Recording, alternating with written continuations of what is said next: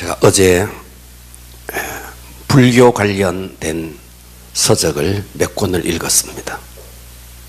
그 가운데 해경 스님이라는 분이 계시는데, 이 해경 스님이라는 분은 대구에서 가까운 영천으로 가는 길에 하양이라고 있습니다. 거기서 출생했습니다. 태어나 보니까 아버지가 영천의 중림사의 주지였습니다. 그리고 형은 거기에 가까운 은혜사의 불교 학교를 다니고 있었습니다. 아침에 눈을 뜨면 벌써 연불 소리가 방안 가득, 집안 가득 울려 퍼집니다. 그 연불 소리를 들으면서 잠에서 깨곤 했습니다. 자, 그런데 어느 날 이 어머니가 동생을 낳다가 산후조리를 잘못해서 병원을 드나들다가 가산을 다 탕진하고 어머니는 그렇게 죽게 됩니다. 그로부터 얼마 지나서 아버지가 점심 식사를 하다가 갑자기 피를 토하면서 아버지가 죽습니다. 졸지에 고아가 되었어요. 그래서 이 어린 초등학교 3학년짜리 아이는 아버지의 지인들, 아버지가 익히 알고 있었던 스님 친구들의 손에 이끌려서 그 초등학교 3학년 나이에 아무것도 모르는 나이에 사미승이 되어서 그 절에 들어가서 새벽 3시에 일어나서 수행을 하기 시작합니다. 아무 의미도 모르고 스님들이 탑돌이를 하니까 뒤에 따라다니면서 탑돌이를 했습니다. 그러면서 거기에서 3년이 지났는데, 학력은 초등학교 3학년 학력이에요. 초등학교도 졸업을 못했어요. 그래도 아버지 친구 스님들의 배려로 그래도 너는 공부를 해야 된다. 그래서 대구를 나왔답니다. 그래서 공민학교를 다니면서 검정고시를 쳐서 중학교 졸업 검정고시를 치고, 그리고 고등학교를 갔는데, 지금은 상원고등학교지만 과거에는 대구상고였습니다. 그 대구상고에 진학을 해요. 그리고 대구상고를 졸업하고 경북대학교 수학과를 들어갑니다. 그런데 이 친구는 머리끝부터 발끝까지 승려로서 언젠가 해탈해서 머리끝부터 발끝까지 이 사람은 부처의 냄새가 나는 사람이에요. 나는 수도해서 훌륭한 승려가 될 것이다. 대학을 졸업했습니다. 대학을 졸업하자마자 저 영덕 쪽에 있는 절에 스님으로 갑니다. 그런데 그 영덕 쪽에 갔더니, 영덕이 아니고 울진이네요. 울진 쪽에 갔더니 울진 절이 있는데, 절에서 가까운 울진 중학교가 있는데, 울진 중학교가 있고 좀 더 산촌으로 들어가면 울진 중학교 삼근 분교가 있는데, 거기는 외진 곳이라 학생 수가 얼마 되지 않았대요. 그래서 교사들이 다 오기를 꺼려해서, 아이들도 숫자가 적은데 학부모들이 교사가 없으니까 이 해경 스님이 대학도 나오고 또 교사 자격증도 있는 걸 알고 우리 아이들 좀 가르쳐 주십시오. 그래서 졸지에 그 중학교에 한 분밖에 없는 교사 선생님이 됩니다. 그런데 어느 여름 울진의 어느 교회에서 여름 수련회, 학생 여름 수련회가 있는데 이 중학교를 좀 빌려달라. 그래서 종교는 다르지만 이 스님은 최선을 다해서 배려해 주면서 불편함이 없도록 여름 수련을 하도록 도와줬다는 거예요. 최대한 편의를 제공해서 이제 2박 3일의 마지막 날, 이제 이 교회가 여름 수련회를 마치고 점심을 먹고 이제 귀가하는데, 점심시간에 이 주지 스님이 너무 감사해서 우리가 점심 식사를 하는데 좀 오셔서 같이 식사를 했으면 좋겠습니다. 하는 제의가 들어왔어요. 그래서 이 스님은 별 생각 없이 식사에 참여를 했답니다. 그런데 거기에 목사님이 계셨는데 이 목사님이 스님 얼굴을 빤히 쳐다보더니 뭐라고 말했느냐 하면, 스님, 제가 보니까 스님은 예수 믿고 목사가 될 것 같습니다. 제가 스님을 위해서 기도하겠습니다. 이 해경 스님은 너무 어이가 없어서 기가 막히더래요. 나는 모태 불교 신자요. 태어날 때부터 모태 불교 신자요. 나는 머리끝부터 발끝까지 내 세포라고 생긴 모든 세포는 불도가 흐르고 있어. 목사님, 헛수고하지 마십시오. 저는 승려입니다. 내 목사님이 개의치 않고 진지하게 반복해서, 스님은 목사님이 되실 분입니다. 그때 이 해경 스님이 화를 버럭 냈대요. 뭐라고 버럭 냈느냐? 목사님도 머리 깎고 중이 되도록 내가 부처님한테 불공을 드리겠소. 이렇게 이야기를 하고 너무 화가 나가지고 와버렸다는 거예요. 여러분, 누가 이겼겠습니까? 목사님이 이겼겠습니까? 이 스님이 이겼겠습니까? 목사님이 기도한다 그랬고 스님이 바뀌어서 목사님이 된다 그랬고, 또 스님은 목사님이 머리 깎고 중돼 가지고 중이 된다, 불공을 드리겠다 그러고, 누구 기도가 이겼을까요? 자, 그런데 목사님의 말대로 이 스님이 바로 신학을 하고 목회를 하고 목사가 됐으면 좋겠는데, 웬걸 이 해경 스님은 불교계에서 점점 더 인정받아가면서, 여러분, 스님도요, 큰 스님이 있습니다. 큰 스님이 이 조그마한 절에 주지로 있다가 이제 말이죠, 한국 불교 정토종의 교육국장, 포교국장을 역임하면서 계속해서 승승장구하는 거예요. 불교계에 엄청난 영향력을 입히는 그런 스님이 된 거예요. 그래서 이 해경 스님이 가만히 생각해 보니까, 왜 이 불교가 기독교에 밀리고 있나, 가만히 보니까 밀리고 있다는 느낌이 드는 거예요.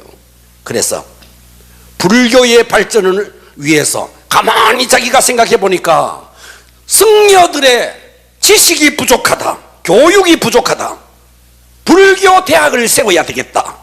그래서 이 해경 스님은 불교계의 유명한 인사들을 찾아다니면서, 우리가 기독교에 밀리면 안 됩니다. 승려들도 교육이 필요합니다.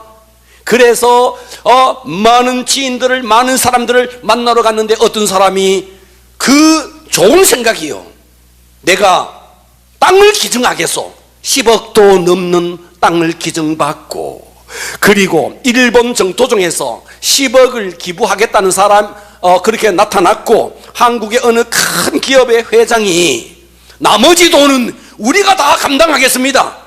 이야, 막 곳곳에서 불교 발전을 위해서, 불교 대학을 위해서 이제 나가겠다 그러니까 땅도 기증하고 돈도 기증하고 기업에서도 다 기증하겠습니다. 이제 3만 뜨면 돼요. 3만 뜨면.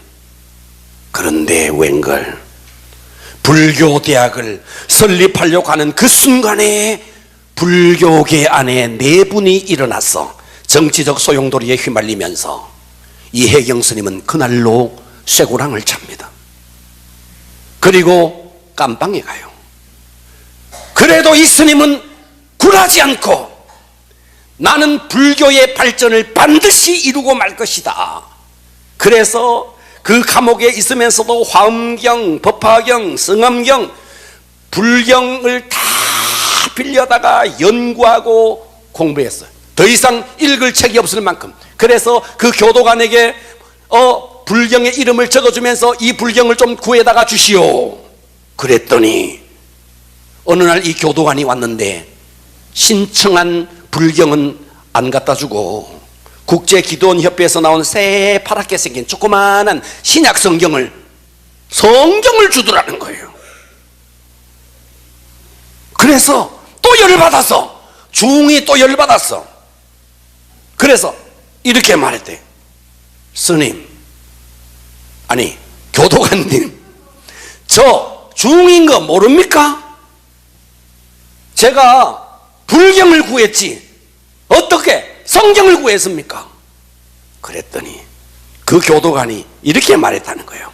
스님, 수억의 인구가 기독교를 믿고 있습니다. 거기에 뭔가 진리가 있기 때문에 그 수많은 사람들이 기독교를 믿지 않겠습니까?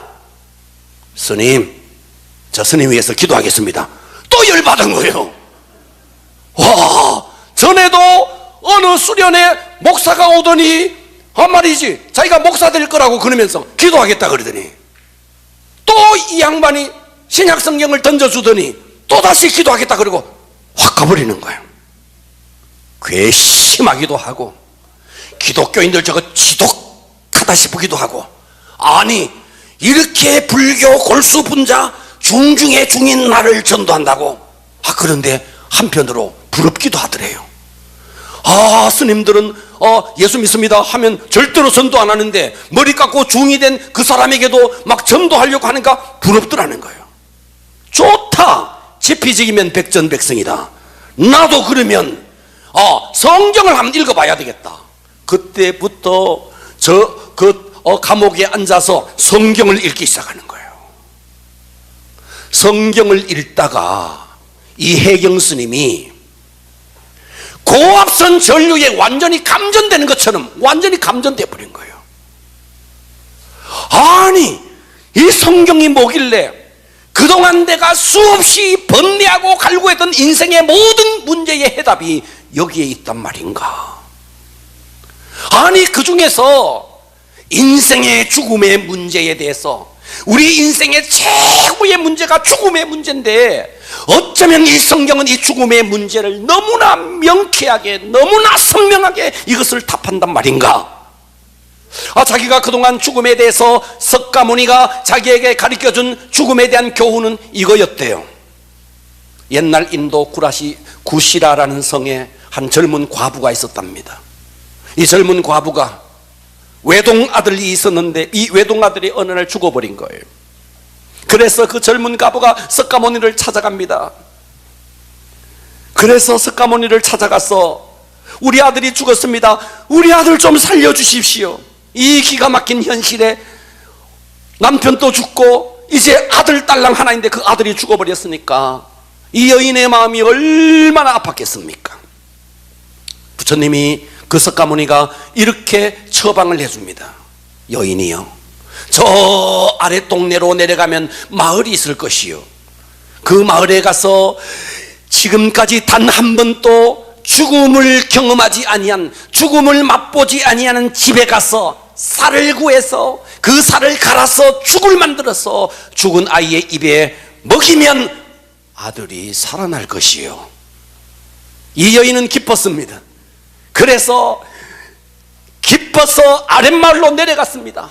그래서 집마다 가서 이 집에 죽음을 경험하지 않는 집이요, 어떤 집이 죽음을 경험하지 않는 집이요, 집마다 돌아다니면서 죽음을 경험하지 않는 집을 찾아보니 한 집도 없는 거예요.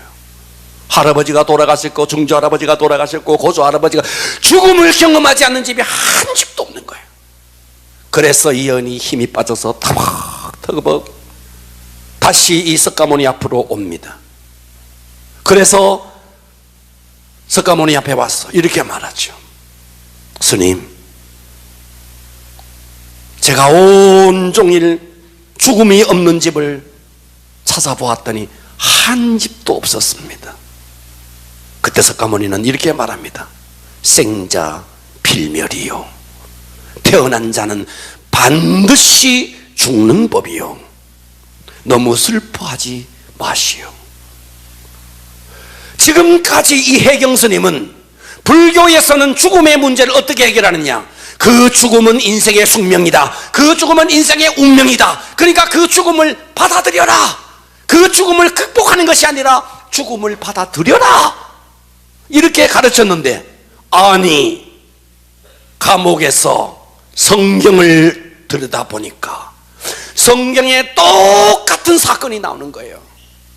한 여인이, 과부인 한 여인이 아들이 죽은 사건이, 똑같은 사건이 나오는 거예요.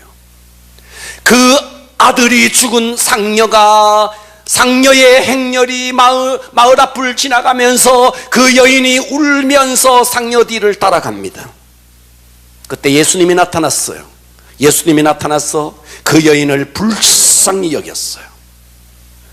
그 성경의 구절이 누가복음 7장 13절에 보면, 누가복음 7장 13절, 자 봅니다. 주께서 과부를 보고 계십니까?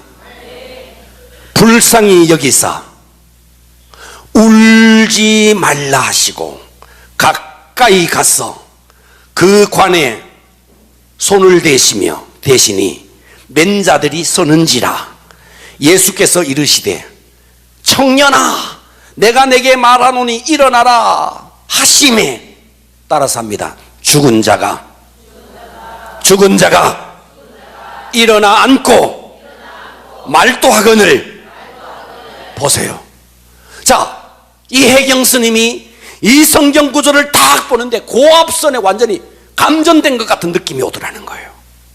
아니, 석가모니는 죽음에 대해서 저 아래 동네에 가서 죽음을 경험하지 않는 집에 가서 쌀을 구해서 죽을 만들어서 먹여라. 죽지 않는 집이 어디 있어요? 생자필멸이라고, 그 죽음을 받아들여라고 그렇게 말을 했는데, 아니 예수님은 뭐야? 똑같은 과부가 그 과부를 불쌍히 여기시고 가까이 가서 관에다가 손을 대시고 뭐라고 말해요? 청년아 내가 내게 말하노니 일어나라 하심에 죽은 자가 일어나서 앉고 말도하거늘. 할렐루야. 해경 스님은 이 성경 구절을 보는 순간에, 개종을 결심합니다.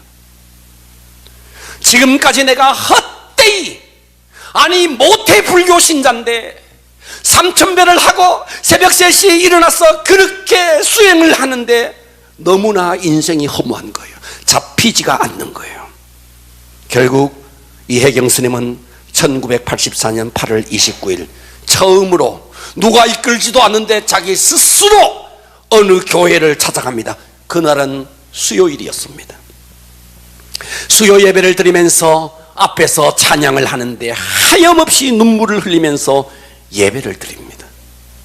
그리고 이분은 총신대 신학대학원에 입학해서 신학을 하고 목사님이 됐어요. 김성화 목사님이라는 분입니다. 대구 사람이에요. 이 가까운 사람이에요. 예. 그분의 쓴 책이 극락의 불나비, 또 나는 이렇게 예수를 믿게 되었다. 서점가에 가면 이분의 책이 나와 있고, 여러분들이 지금 딱 인터넷에 들어가서 김성화 목사, 여러분 휴대폰으로 김성화 목사라고 치면 지금까지의 모든 이야기가 쭉 나옵니다. 이것은 사실입니다. 할렐루야. 어떤 종교가 죽음의 문제를 극복할 수 있단 말입니까? 어떤 종교가 있어 죽은 자를 살릴 수 있단 말입니까? 어떤 종교가 있어서. 여러분 이 땅에 우리 인생들을 보십시오. 오늘날 현대인들이 너무 바쁘고 너무나 복잡한 구조 속에 인생을 살아갑니다. 시간에 쫓기고 일에 쫓기고 돈에 쫓기고 현실이라는 굴레에 노예가 되어서 살아갑니다. 가만히 생각해 보세요. 시간이 누구를 위해서 있어야 됩니까? 시간이 인간을 위해서 있어야 됩니다. 일이 누구를 위해서 있어야 됩니까? 일이 인간을 위해서 있어야 됩니다.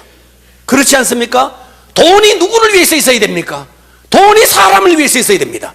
그런데 사람들은 일의 노예가 되고 돈의 노예가 되고 시간의 노예가 되고. 제가 어떤 분을 봤는데요, 여러분 자동차가 있네. 자동차가 인간을 위해서 있어요? 인간이 자동차를 위해서 있어요? 주무십니까? 고개 들어줄래요?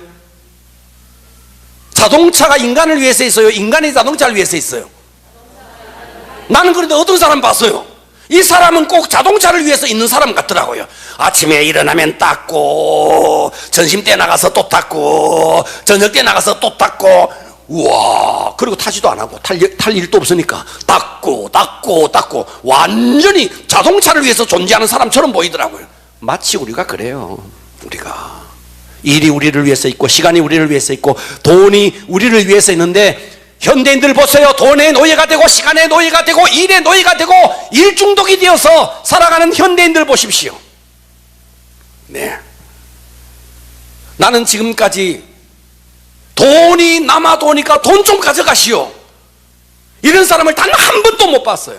돈 그거 좀 먹고 죽어봤으면 좋겠다, 나 이런 사람은 너무 많이 봤어요. 그렇게 평생을 돈을 버는데 언제나 시간도 모자라고 언제나 돈도 모자라는 것이, 이게 인생이라는 거예요.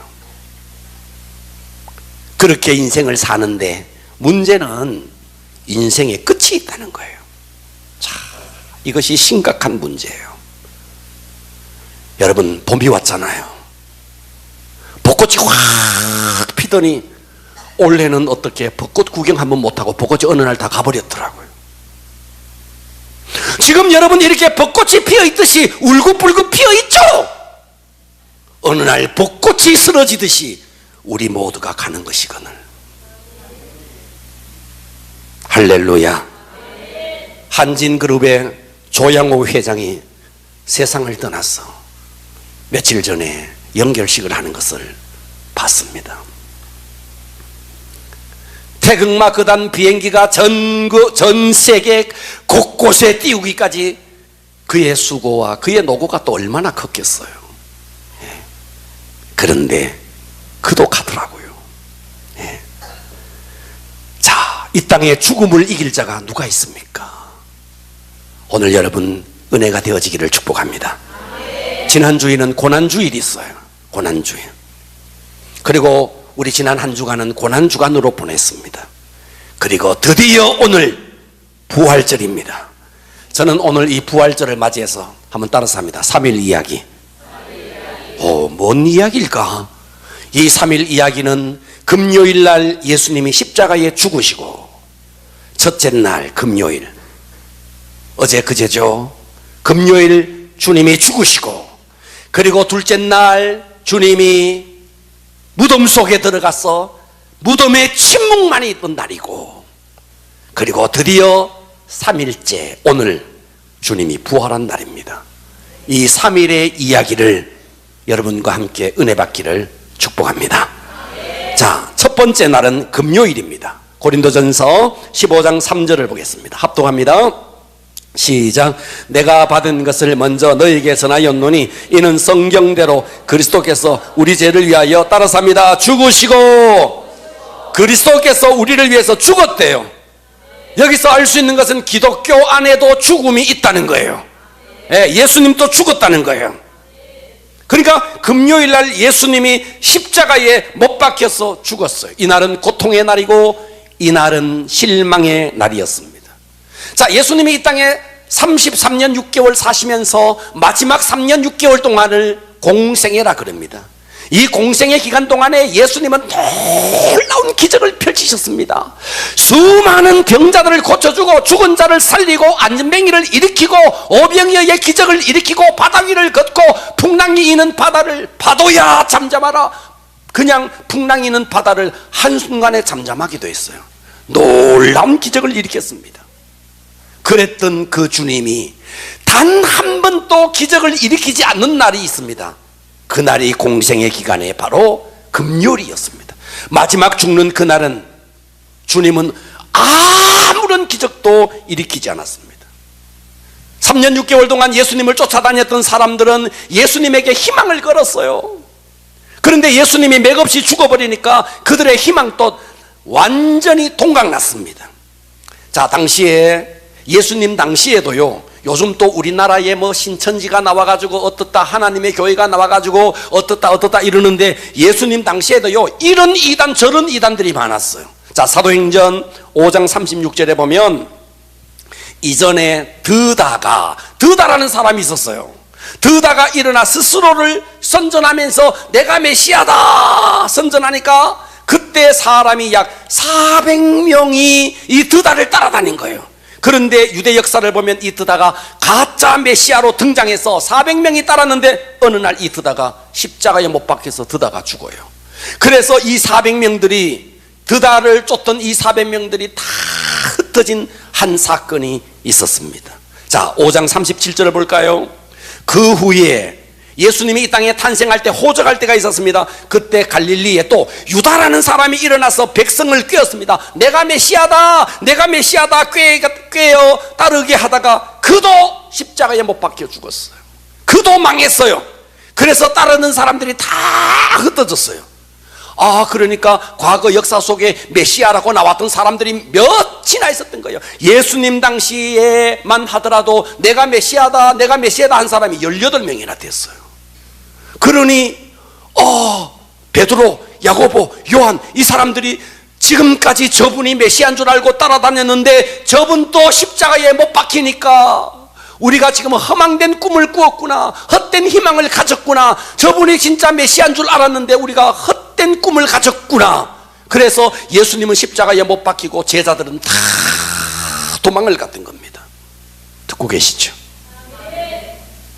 그러니까 이 첫째 날 금요일은요, 죽음의 날이요, 실망의 날이요, 고통의 날이요. 아멘 합시다. 할렐루야. 그런데 우리가 인생을 살다 보면 꼭 이런 날이 있다는 거예요. 우리가 인생을 살다 보면 사업은 어렵고 물질은 어렵고 부부관계에는 적신호가 켜이고 자녀들은 탈선하고 투자했던 주식은 폭락을 하고 직장 문제도 꼬이고 가정의 문제도 꼬이고 내 삶이 갈피를 잡지 못하는 이와 같은 날이 있을 수 있다는 거예요. 예수님의 생애를 보면 그렇게 기적을 많이 일으켰는데 단 한 번도 기적이 일어나지 않는 것처럼 여러분의 삶도 어쩌면 금요일 같은, 요즘은 뭐 그러면 불타는 금요일, 그러다 불타는 토요일. 자, 여러분, 이 금요일이 얼마나 예수님에게 고통이었고 기독교에 있어서는 가장 치욕스러운 날이었습니까? 내가 인생을 살아가다 보면 이렇게 힘들고 어려울 때가 있을 수 있다는 거예요. 그런데 성경을 보니까 고린도전서 15장 3절에 보니까 내가 받은 것을 먼저 너에게 전하는데 이는 예수님이 죽었는데 어떻게 죽었느냐? 성경대로 죽었다는 거예요. 다시 말해서 예언을 이루기 위해서 죽었다는 거예요. 여러분, 우리는 여기서 아셔야 됩니다. 여러분의 삶에 고통이 있습니까? 이것은요, 필요한 고통입니다. 아멘 합시다. 할렐루야. 필요하지 않은 고통은 하나도 없다는 거예요. 하나님은 내게 필요하기 때문에 그 고통을 주시는 거예요. 이 사실을 믿으시기를 축복합니다. 자, 두 번째 날이에요. 두 번째는 토요일에 일어난 일입니다. 자, 두 번째 날은 예수님이 십자가에서 첫째 날 죽으시고 무덤 속에 들어가서 아무런 소리도 없는 무덤에 침묵만이 있는 날입니다. 자, 우리가 신앙생활 하다 보면요, 이것 때문에 기도하고 저것 때문에 기도하고 막 하는데 어떤 응답도 오지 않는 무덤에 침묵만이 있는 이런 날이 우리에게 있을 수 있다는 거예요. 할렐루야. 가정의 회복을 위해서 그렇게 기도했는데 응답은 오지 않고, 직장의 문제를 놓고 그렇게 기도했는데 무덤에 침묵만이 있고, 교회 부흥을 위해서 내가 전도를 위해서 한 영혼을 위해서 열심히 했는데 아무런 응답도 없고, 우리의 삶에 이런 일이 있을 수 있다는 거예요. 구약 성경에 보면 메시아가 온다, 창세기부터 원시복음이 나와서 메시아에 대한 복음을 계속 이야기하는데 웬걸 바벨론의 포로로 끌려가, 메데바사로 끌려가, 헬라의 종이 돼, 로마의 종이 돼, 끝없는 고통. 이게 이스라엘의 역사예요. 우리의 삶도 얼마든지 그럴 수 있다는 거예요. 내 삶이 정말 고통의 터널이 끝나지 않는 것처럼 보일 때가 있다는 거예요. 그러나 우리가 명심해야 될 것은 때가 찬 어느 날 주님은 오시고 때가 찬 어느 날 주님은 부활하십니다. 그래서 금요일 십자가의 죽음도 실패가 아니고 토요일 무덤의 침묵도 실패가 아닙니다. 왜냐하면 셋째 날이 있기 때문입니다. 자, 그래서 셋째 날이 어떤 날이냐? 셋째 날은 바로 주일에 일어난 일입니다.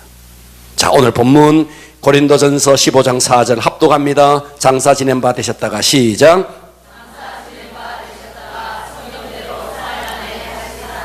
살아나셨답니다. 부활하셨답니다.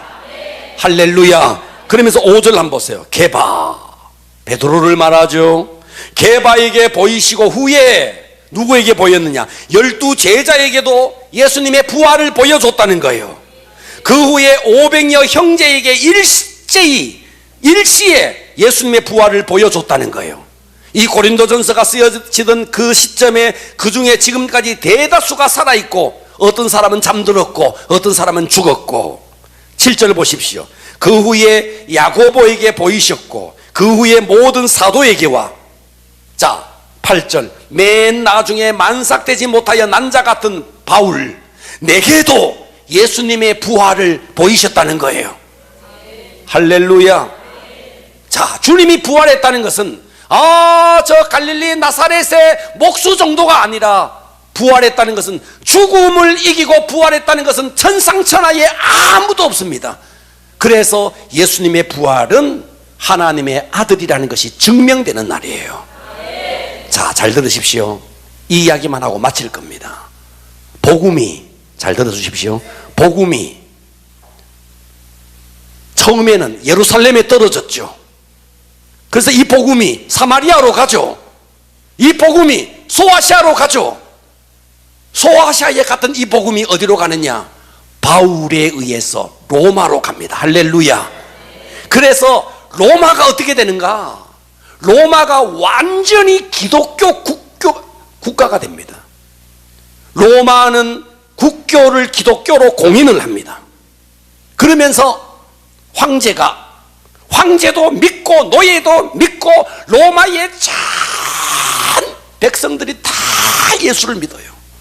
그래서 황제가 이 백성들이 다 예수를 믿게 만들려면, 주일날 모여서 예배를 드리게 하려면 어떻게 해야 될까 연구하다가 주님이 부활한 날이 일요일이구나. 일요일, 월요일, 화요일, 수요일, 목요일, 금요일, 토요일이 있는데 주님이 부활한 날이 일요일이구나.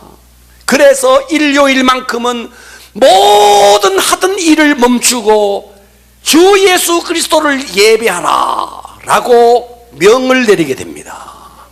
할렐루야. 그래서 일요일은 많은 날이냐? 태양의 날이 아니고 일요일은 무슨 날이냐? 주님이 부활한 날이요, 그 주님의 부활을 예배하는 날이 일요일이라는 거예요. 그런데 우리나라의 고려시대, 신라시대, 고려시대, 조선시대에 일요일은 있었지만 그들은요 개념이 없었어요. 그래서 일요일도 일하고 월요일도 일하고 토요일도 일하고 일주일 내내 일을 했어요. 조선시대도 공무원이 있었어요. 공무원이 있었지만 그들은 일요일이라는 개념이 없었어요. 그래서 쉬는 날이 없었어요. 그런데 우리나라에 기독교가 전래되기 시작합니다. 구한말에 기독교가 전래되면서 우리나라에 서서히 믿는 사람들의 인구가 늘어나면서 일요일이 무슨 날이냐? 일요일은 주님의 부활을 기념하여 주님 앞에 예배드린 날이다. 할렐루야. 그래서 우리는 일요일에 모여서 주님의 부활을 찬양하면서 예배를 드리는 거예요. 자, 조정음 씨. 자, 조정음. 직장에 갔네. 응? 직장에 갔네. 직장에 갔는데 공짜로 3일 휴가를 주네. 이번 주에 월화수 공짜로 휴가를 주고 집에서 놀아라 그러네. 좋다 안 좋다? 좋지. 돈 또 내라 소리 안 하고 그냥 일주일에 3일을 쉬어라. 여러분 좋아요 안 좋아요? 직장 다니는 여러분 3일 동안 휴가를 준다. 좋다 안 좋다? 좋아요. 여러분 그런데 1년에 주일이 일요일이 며칠이냐? 52주입니다. 그래요 안 그래요? 52주 동안 놀잖아. 그게 다 누구 때문이냐? 예수님 때문이야. 예수님 때문에 일요일마다 태어나서 지금까지 학교 다니는 학생들도 일요일 학교 안 가네. 직장 다니는 직장인들도 다 일요일을 쉬네. 누구 때문에? 예수님 때문에 그런 걸 모르고. 그러니까 인간성이 나쁜 거예요. 공짜로 1년 52주를 쉬게 만들어주는데도 교회에 나와서 예배도 안 드리고, 그날 등산 가는 날인 줄 알고, 그날 시집장가 가는 줄 알고, 그날 온갖 일들을 다 하는 거예요. 그날이 뭐 때문에 생겼는데? 주님이 부활해서 로마라는 나라에서 이날은 주님이 부활한 날이다, 이날은 일하지 말고 부활한 주님을 찬양하자, 이렇게 만들어진 날이 주일인데 그것도 모르고 산으로 들러 꽃구경 단풍구경 다니니 얼마나 인간성이 나쁘냐는 거예요. 그래서 우리는 주일날 뭐 해야 되느냐? 교회에 나와서 부활한 주님을 예배하는 날이라는 거예요. 듣고 계십니까? 그러니까 여러분들은 본질을 찾은 거지. 할렐루야.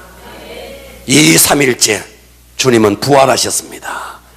그러니까 여러분의 삶에 정말 첫째 날 같은 십자가의 고통만 있을지라도, 둘째 날처럼 무덤의 침묵만 있을지라도, 여러분 성경이 그러잖아. 성경대로 살아났다는 거예요. 따라서 합니다. 말씀이 그렇다면 그런 것이다. 말씀이 된다면 되는 것이다. 주님이 부활하셨다면 부활하신 것이고, 주님이 부활하셨기에 그 주님의 부활을 믿는 자도 부활할 것입니다. 그래서 이 세상에 어떤 종교도 죽음을 이기지 못하지만 죽음을 이기는 종교는 단 한 종교, 기독교 외에는 없다는 거예요. 천상천하에 누가 있어 이 죽음을 이길 수 있단 말입니까? 예수 그리스도, 그분이 사망의 권세를 완전히 박살을 내고 그분이 승리하셨습니다. 그래서 그 주님의 십자가를 믿는 자는 모든 죄가 사여질 것이고, 그 주님의 부활을 믿는 자는 주님이 부활한 것처럼 우리도 부활할 것이고, 영원한 천국을 하나님께서 우리에게 주시는 것입니다. 오늘 밤에는, 오늘 오후에는 불교에 대한 모든 말씀을 할 것입니다. 오늘 오후에 참석하지 않으면 여러분의 인생에 큰 손해가 납니다. 오후 예배에 뵙겠습니다. 할렐루야. 기도하겠습니다. 이 시간 부활은 진실입니다. 부활은 사실입니다. 여러분의 삶에 첫째 날처럼 둘째 날처럼 어둠과 고통과 침묵만이 있을지라도 성경은 말씀대로, 주님이 성경의 말씀대로 살아나셨다고 말씀하셨습니다. 그렇습니다. 주님이 부활하셨듯이 우리 모두는 부활하게 될 것입니다. 이 부활을 믿는 저와 여러분이 되어지기를 축복합니다. 하나님, 내 삶의 어둠일지라도, 내 삶의 고통일지라도 부활의 주님을 믿고 그 부활의 주님을 찬양하는 삶을 살게 하여 주시옵소서. 주여, 한번 부르고 기도하겠습니다.